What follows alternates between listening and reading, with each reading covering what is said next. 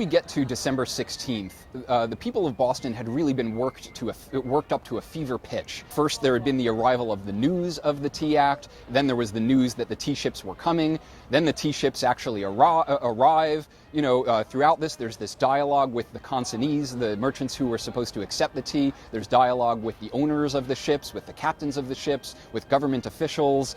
And really, the Bostonians would have been content to just send the tea peacefully back to London. That's really what they wanted. But under British customs regulations, that really wasn't allowed. And so the Boston Tea Party, or the destruction of the tea in Boston Harbor, is really an act of last resort. The Bostonians really felt that they had no choice. They didn't want to see the tea landed.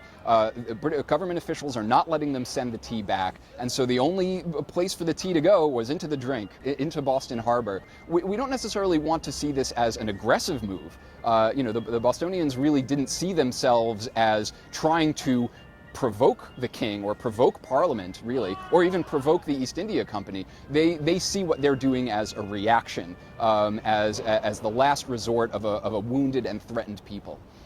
I mean, the aftermath of the Boston Tea Party isn't immediately apparent on the morning of December 17th, 1773. A lot of people were shocked that it had taken place, and they weren't sure what to make of it.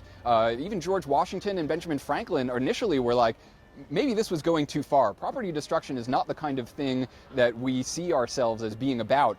And so for a number of months, the Bostonians, people all over America, are just watching and waiting to see what happens, because of course it's going to take many weeks for the news to get back to England and for a decision to come back from England. So they're watching and waiting nervously to see what the British reaction is going to be. And the British reaction is their worst nightmare. By the middle of 1774, it's clear that Parliament is going to come down on Boston and on the colony of Massachusetts more generally with very severe punishments. The coercive acts are also called the intolerable acts. And so that is really going to make clear to the Americans that there's a severe constitutional threat to their liberties. And at that point, they begin recommending to local communities, well, maybe it's time to arm yourselves for your defense.